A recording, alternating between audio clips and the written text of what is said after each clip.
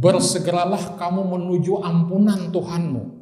Marah itu kan manusiawi, sifat-sifat yang dimiliki oleh setiap manusia. Itu betapa susahnya memberi maaf orang seperti itu. Nah, di antara mereka itu datang minta maaf. Apakah permohonan maaf itu keluar dari hati nurani yang dalam atau sekedar basa-basi saja? Nah, ini hakikat memberi maaf itu. Bismillahirrahmanirrahim. Assalamualaikum warahmatullahi wabarakatuh. Hari ini kita melaksanakan halal bihalal, sekaligus pengajian tadi ya yang dirangkai dengan halal bihalal. Istilah halal bihalal itu kalau kita membuka dalam kamus bahasa Arab, maka terminologi halal bihalal itu tidak pernah ditemukan. Bahkan ditanya kepada orang Arab pun apa itu halal bihalal, mungkin mereka tidak paham. Meskipun bahasanya adalah bahasa Arab, halal bihalal, halal dengan halal itu artinya. Dan ini adalah setahu saya dalam sejarahnya murni made in Indonesia. Artinya kegiatan yang namanya halal bihalal itu tidak kita temukan di negara manapun di muka bumi ini selain Indonesia, termasuk di negara Timur Tengah. Nah, ini konon kabarnya istilah ini didapat Presiden Soekarno dari para ulama pada waktu itu, karena baru saja selesai pemilu, kalau tidak salah tahun 71 ya. Itu tokoh-tokoh politik itu kan lagi masih panas-panasnya habis pemilu, ya mirip-mirip kayak kita sekarang ini lah. Karena itu untuk merajut silaturahim di antara para tokoh politik, para tokoh bangsa waktu itu diperlukan adanya kumpul-kumpul. Lalu ada salah seorang ulama, konon kabarnya dari kalangan NU, mengusulkan kegiatan kumpul-kumpul itu diberi nama dengan halal bihalal, yang intinya silaturahim, saling memaafkan. Nah, Bapak dan Ibu sekalian, kita kan baru saja melaksanakan ibadah puasa sebulan penuh. Bagi warga Muhammadiyah barangkali sudah melaksanakan selama 30 hari ya. Oleh karena itu, karena ibadah itu memiliki dimensi ritual dan juga memiliki dimensi sosial, maka kita berharap dua dimensi dari ibadah puasa yang sudah kita lakukan itu dapat terus terjaga, terimplementasi dalam aktivitas kehidupan kita setelah bulan Ramadan. Tujuan ibadah puasa itu adalah dalam rangka meraih takwa, la'allakum tattaqun. Meskipun puasa itu bukan satu-satunya sarana untuk meraih takwa. Nah, sehingga kepada orang yang telah melaksanakan ibadah puasa yang barangkali derajat takwa itu sudah diraihnya walaupun tidak sempurna, maka Allah menyeru kepada mereka itu pada surah Ali Imran ayat 133, wasari'u ila maghfiratin mir rabbikum wa jannatin 'arduhas samawati wal ard u'iddat lil muttaqin. Jadi kata Allah kepada mereka yang bertakwa itu, bersegeralah kamu menuju ampunan Tuhanmu dan surga. Yang luas surga itu adalah seluas langit dan bumi, disediakan untuk orang-orang yang bertakwa. Nah, jadi disebutkan di sini adalah bagi kita yang telah melaksanakan ibadah puasa agar kita bersegera menuju ampunan Tuhan kita, karena memang selama ibadah puasa itu diminta atau tidak diminta banyak sekali dosa-dosa kita yang diampuni oleh Allah Subhanahu wa taala. Yang konsekuensi logisnya adalah apabila dosa-dosa kita diampuni, maka Allah menjanjikan surga kepada kita, yang surga itu kata Allah dalam ayat itu luasnya seluas langit dan bumi. Saya tidak bisa membayangkan betapa luasnya surga itu yang disiapkan untuk orang-orang yang bertakwa. Karena ternyata tidak seluruh umat manusia itu akan masuk surga. Sebagian kan masuk neraka, ada yang kekal di dalamnya. Bayangkan penghuni bumi ini kan tidak seluruhnya manusia. Artinya bumi ini semuanya itu bukan manusia isinya. Sebagian kecil, dan sebagian kecil itulah yang akan menempati surga yang luasnya seluas langit dan bumi. Atau bahasa lain saya bisa menyatakan surga itu seluas alam semesta ini. Nah, menurut para ilmuwan, alam semesta ini itu tidak punya batas, saking luasnya. Bahkan ada yang menyatakan karena tidak punya batas, maka alam semesta ini tidak memiliki tepi. pinggirnya itu dari mana sampai ke mana terkadang alam semesta ini. Ini kata para ilmuwan. Kalaupun, ini kata mereka, kalaupun alam semesta ini memiliki tepi, artinya ada pinggirnya gitu, maka apabila kita berkeinginan ingin melintasi satu tepi alam semesta ke tepi yang lainnya dengan menggunakan kecepatan cahaya sekalipun, maka dalam sekian miliar tahun pun kita tidak akan bertemu dengan tepi alam semesta yang lainnya. Saking luasnya. Padahal kita tahu kecepatan cahaya itu adalah 300.000 km per detik. Jadi kalau Bapak Ibu lihat jam itu, ada jam yang jarum jam yang kecil itu, sekali bergerak begitu itu kan 1 detik. Maka dalam 1 detik itu cahaya itu dapat melintasi jarak 300.000 km. Saking cepatnya.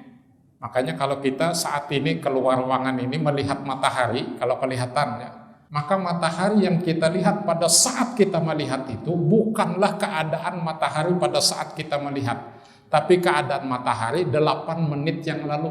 Karena cahaya matahari itu baru sampai ke bumi itu memakan waktu 8 menit, sehingga bisa dihitung jarak antara bumi dengan matahari. Luar biasa cepatnya.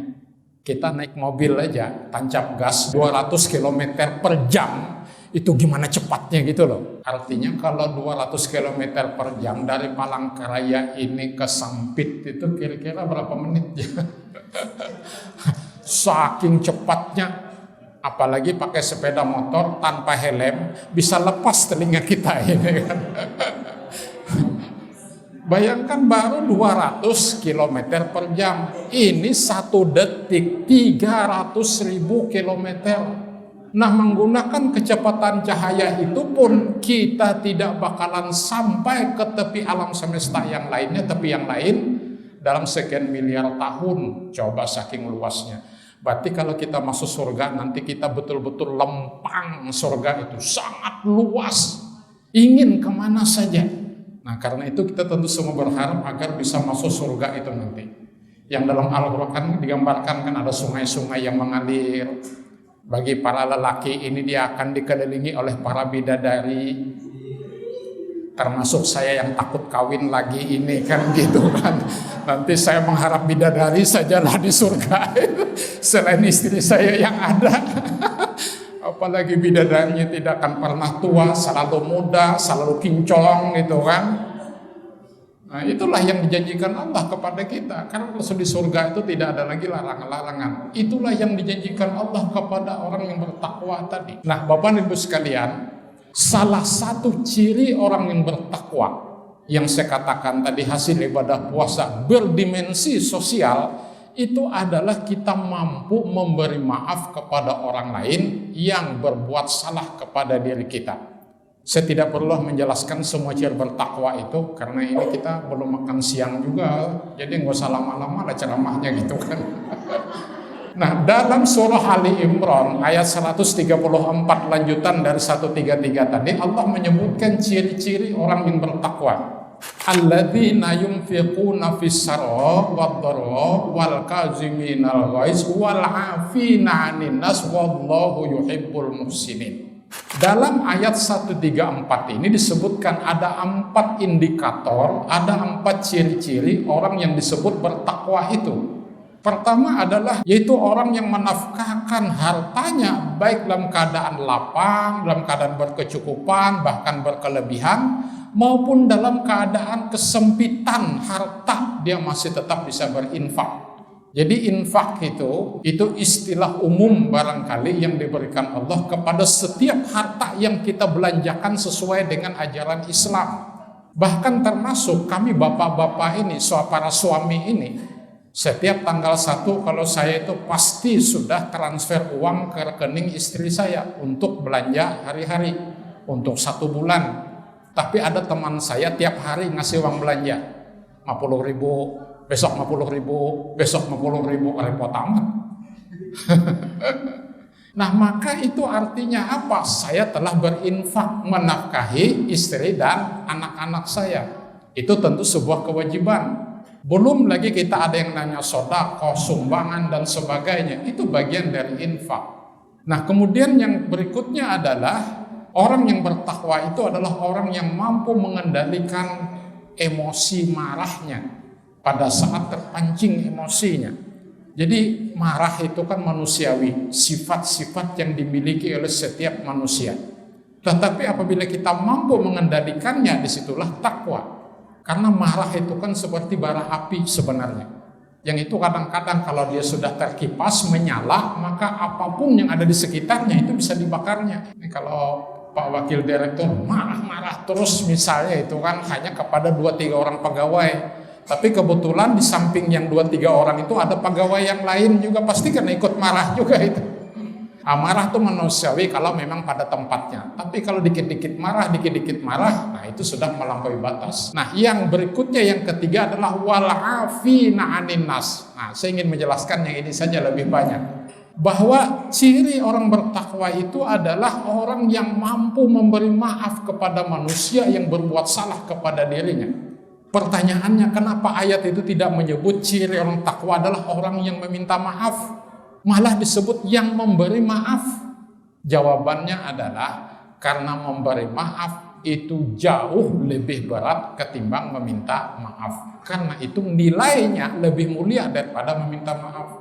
Meminta maaf itu aja berat kok, apalagi memberi maaf.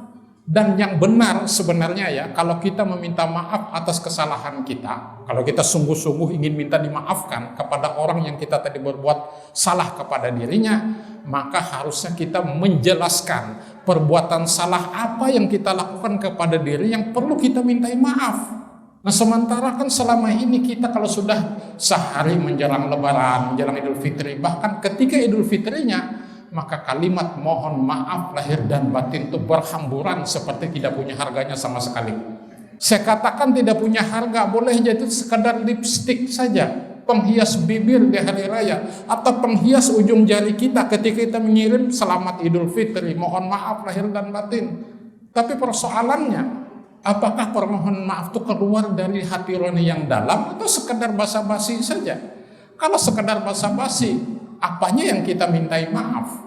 Nah, kalau kita sungguh-sungguh ingin meminta maaf tadi, maka harusnya kita jelaskan apa kesalahan yang perlu kita mintai maaf. Saya ingin ambil contoh pengalaman pribadi. Beberapa waktu yang lalu saya akan diminta memberikan tausiah buka puasa di kalangan mahasiswa. Nggak usah sebutlah mahasiswa perguruan tinggi mana, pokoknya mahasiswa lah gitu kan. Kalau buka puasa di kalangan mahasiswa ini, saya itu tekanan batin sebenarnya. Kenapa? Karena mereka datang itu 5 menit sebelum beduk berbunyi, Pak. Jadi kita ceramah tuh ngapain gitu loh. Nggak ada yang dengar, tapi enggak apa-apa karena diminta ceramah. Nah, selesai ceramah, lalu kita buka puasa, kemudian sholat maghrib, habis sholat maghrib lalu dikasihlah nasi kotak. Nah, begitu sudah selesai, saya pamit pulang, dan ternyata hampir 10 menit saya menunggu di luar itu mencari sandal saya. Kebetulan saya itu beli sandal, saya sebut sajalah harganya sekitar 300.000 harga sandal saya itu. Aja kalau diinjak tuh kan enak gitu loh. Orang banyak tuh mau unyut gitu. Nah, bisa digulung-gulung malah sandalnya itu saking lembutnya gitu. Baru 2 hari saya beli sandal itu. Selesai ceramah, saya tunggu sampai orang tuh habis semuanya. Nggak ada satupun sandal yang tertinggal. Saya berpikirkan mungkin ada di antara masa itu yang salah ambil, salah rasuk kata orang Banjar itu. Tapi kalau salah ambil harusnya kan ada sisanya di situ. Nggak ada. Kata teman saya itulah dia mengamalkan ambil yang baik, tinggalkan yang buruk. Saya bilang yang buruknya gini dibawanya juga.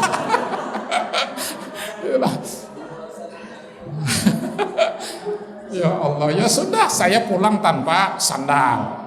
Nah, oleh ketua panitia kan biasa nih, mohon maaf kalau saya sebut ya.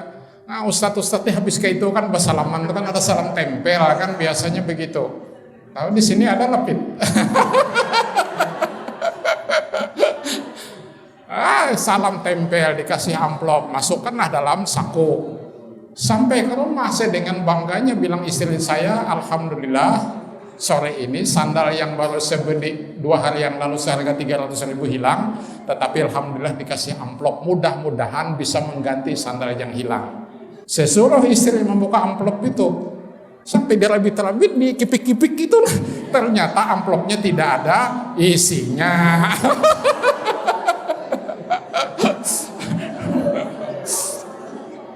Itu 2 kali.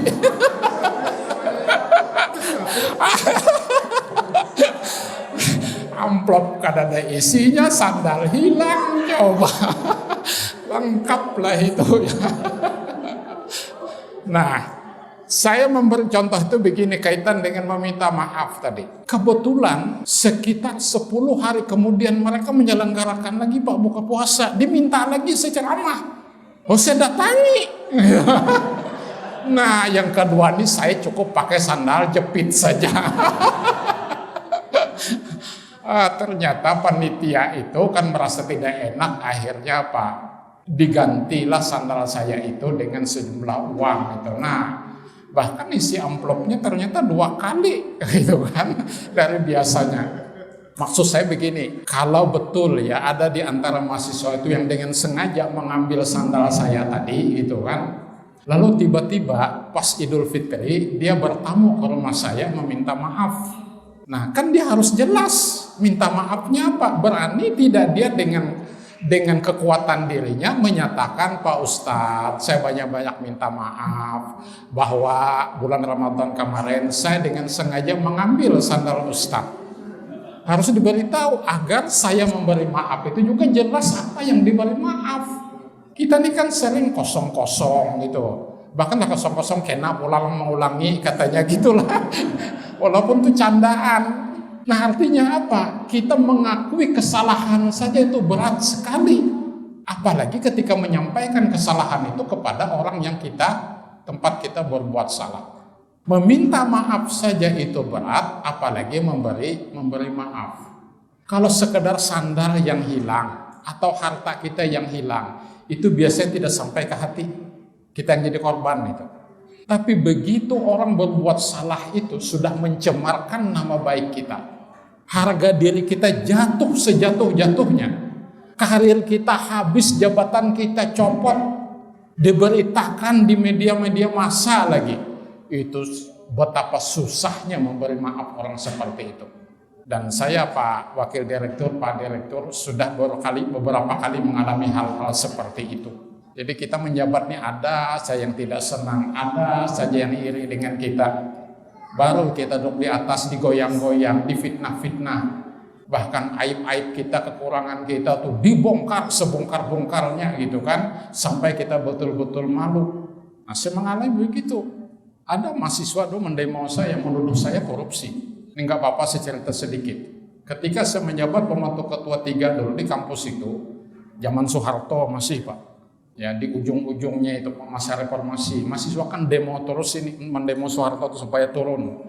Maka kebijakan pemerintah itu kampus-kampus itu diberi berbagai macam dana untuk melaksanakan kegiatan dalam kampus supaya jangan demo. Nah, salah satu dana yang diberi itu namanya dana abadi. Dana abadi itu artinya didepositokan, tidak boleh dipakai, hanya bunganya yang diambil untuk kegiatan mahasiswa. Bayangkan waktu itu bunga deposito itu per tahun 65%, Pak. Tahun 98 itu. Sekarang kalau kita deposito itu ada nggak 1% bunganya ya? 1% saja, dulu 65% loh. Nah, tahu-tahu ya ada macam-macam lah di kampus itu. Tidak perlu saya ceritakan semuanya. Akhirnya saya dituduh oleh sekelompok mahasiswa menggelapkan dana abadi itu. Tidak banyak sih Pak, 100 juta waktu itu. Lalu dana itu saya depositokan atas nama pimpinan kampus. Tapi biliet depositonya saya simpan Pak. Itu saya akali. Artinya pimpinan kan kalau ingin mengambil tuh nggak bisa karena ininya dengan saya. Saya juga tidak bisa mencairkan karena harus tanda tangan pimpinan. Jadi di demo pakai megapon teriak-teriak, bahkan dipakai kertas karton itu. Badan saya yang kurus itu dikarikatur, lalu saya mengambil uang 100 juta gitu loh, diinjak mahasiswa, tangan saya karikaturnya itu masuk koran itu sampai 3 hari berturut-turut Pak.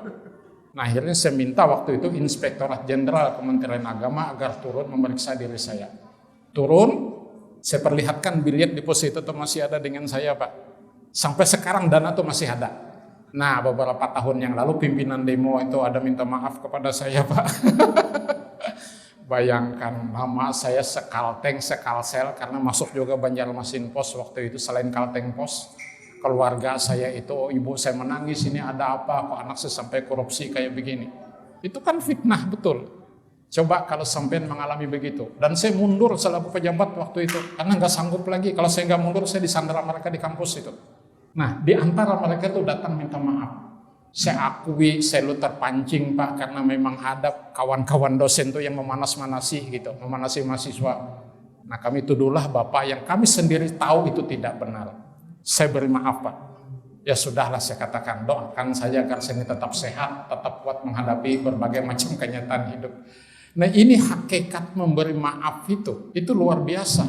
Berat tetapi nilainya juga lebih mulia. Nah kita halal bihalal seperti ini kan sebenarnya menyambung silaturahim, sekaligus kita barangkali dengan perasaan yang tulus, barangkali memiliki kesalahan dengan teman-teman satu kerja, dengan pimpinan segala macam, maka itu sebenarnya adalah justru dapat menyambung silaturahim. Dalam salah satu hadis Rasulullah menyatakan manfaat silaturahim itu setidak-tidaknya ada dua. Man sarrahu ayyub sato alaihi rizquhu aw yuntha'a fi atharihi falyasir rahimah. Siapa yang ingin dilapangkan rezekinya dan dipanjangkan umurnya, maka hendaklah dia menjalin silaturahim. Artinya apa? Menjalin silaturahim itu maknanya adalah bisa menjaga agar silaturahim yang ada itu jangan terputus. Kalaupun yang terputus, maka yang kedua maknanya adalah menyambung tali silaturahim yang terputus tadi. Dan apabila itu kita lakukan, Rasul sudah menyatakan manfaatnya apa? Pertama adalah dapat menambah rezeki kita. Kira-kira di mana ya logikanya itu? Maka silaturahim itu bisa menambah rezeki. Ya kalau kita kan banyak kenalan, kita punya hubungan baik dengan orang. Kalau kita mengalami berbagai kesulitan hidup dan dia tahu setidak-tidaknya dia bisa membantu mencarikan solusi. Ini ada kawan, anak pertama masuk perguruan tinggi, anak kedua masuk rumah sakit. Nah kredit di bank ditagih orang, kesulitan uang dia. Berceritalah kepada teman baiknya tadi, nah ujar kawan nih saya pinjami sekian. Itu artinya apa? Silaturahim tadi dapat melapangkan rezeki. Mahasiswa kalau punya hubungan baik dengan saya, ini pengalaman yang sudah-sudah, bahkan kita carikan pekerjaan, Mbak. Ada yang mau kawin, gak punya duit. Setelah kawin gak punya pekerjaan, kita carikan pekerjaan karena dia punya hubungan baik dengan kita. Artinya apa? Menjalin silaturahim itu merupakan sarana untuk membuka atau menambah rezeki kita. Yang kedua kata Rasul adalah silaturahim itu dapat memperpanjang usia kita. Kenapa? Karena kalau kita punya hubungan baik dengan orang lain, orang itu sering mendoakan kita. Ini coba sampean pegawai di sini nah. Kalau ada dosa menunggu kelebihan, barangkali kalau ingin bersedekah dengan cleaning service gitu ya, 10.000 kah, 20.000 kah, pasti dalam hatinya itu kan mendoakan kepada kita, mudah-mudahan rezeki sampean itu semakin bertambah, mudah-mudahan umur sampean itu kan semakin panjang. Ya tentu kita berharap umur yang panjang itu diisi dengan berbagai macam kebaikan. Tapi kalau umur panjang berbuat maksiat saja untuk apa gitu kan? Umur panjang tetapi bermanfaat bagi orang lain. Nah jadi ini salah satu hikmah dari halal bihalal tadi yang temanya menjalin silaturahim. Yang kedua apa tuh Fitri ini temanya? Istiqomah dalam melakukan amal soleh. Ya tentu kita berharap ya Bapak dan Ibu sekalian, salah satu nilai sosial dalam ibadah puasa itu adalah mendidik kita agar menjadi orang yang disiplin, terutama ketika kita berbuka puasa. Bahkan mungkin inilah satu-satunya kegiatan umat Islam tuh yang paling disiplin di seluruh dunia itu, yaitu ketika berbuka puasa. Makanya saya katakan saya itu kadang-kadang beban diminta ceramah buka puasa. Kalau sudah beduk berbunyi atau sirine buka puasa berbunyi, itu kalau kita ceramah pasti diinterupsi orang. Sudah sampai Pak katanya. Padahal baru beberapa detik lewatnya itu. Itu tanda kita sangat disiplin, bahkan kita tunggu jarum jam yang kecilnya itu aja kita lihat, ayo cepat, ayo gitu kan, supaya cepat sampai berbuka puasa. Nah sikap disiplin ini bisa tidak kita terapkan ketika kita bekerja di rumah sakit ini. Ya kalau memang jam-jam shiftnya itu misalnya mulai pukul 6 pagi, sebelum jam 6 kita sudah datang. Saya ini Pak Jairi di IAIN Palangkaraya itu kan sudah 33 tahun menjadi dosen. Silahkan ditanya termasuk Tirmizi ini. Pernah jadi mahasiswa saya. Sampai sekarang ini Tirmizi ya. Aku tuh kadang pernah masuk ke dalam ruang kuliah yang terlambat. Jadi kalau kuliah itu jam 7, jadwalnya kurang 5 menit jam 7 saya sudah duduk dalam ruangan itu. Tapi saya akan tegur mahasiswa kalau terlambat terus. Artinya apa? Ini kan hasil didikan puasa kita agar disiplin dalam hal waktu, disiplin dalam hal menjalankan tugas-tugas kita. Nah, niatkanlah segala apa yang kita lakukan terutama sebagai pegawai di rumah sakit ini tidak lain tujuannya adalah rangka beribadah kepada Allah Subhanahu wa taala. Maka selain kita dapat gaji, dapat tunjangan, dapat honor dan segala macam, itu ada nilai pahalanya di sisi Allah Subhanahu wa taala. Tapi kalau niat sampean hanya semata-mata ini mencari duit saja di sini, itu hanya urusan duniawinya saja. Akhiratnya nggak dapat. Jadi niatkanlah kedua-duanya, di samping niat tadi mencari rezeki, mencari uang, niatkan segala apa yang kita lakukan itu tidak lain dalam rangka pengabdian kita kepada Allah Subhanahu wa taala. Sehingga kita melayani pasien juga dengan setulus hati, kan begitu. Tidak asal-asalan. Nah, mudah-mudahan apa yang saya sampaikan ini sedikit banyak ada manfaatnya bagi kita dalam rangka silaturahim dan memperingati halal bihalal ini. Sekira cukup itu saja yang dapat saya sampaikan. Kurang lebihnya saya mohon maaf. Nasrun minallahi wa fathun qarib wa basyiril mu'minin. Wassalamualaikum warahmatullahi wabarakatuh.